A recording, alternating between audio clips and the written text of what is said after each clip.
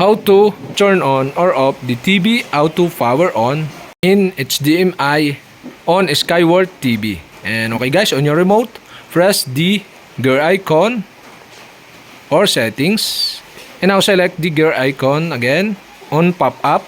Here in general settings, okay, go to channel and input. In channel and input, okay, you can see here the inputs. Okay, go to inputs, and you can see here in consumer electronic control the HDMI control. Make sure the HDMI control is on, and below of this you can see the TV auto power on, and on the right side of this you can see the switch button. If this turn on, the power on the TV with HDMI device.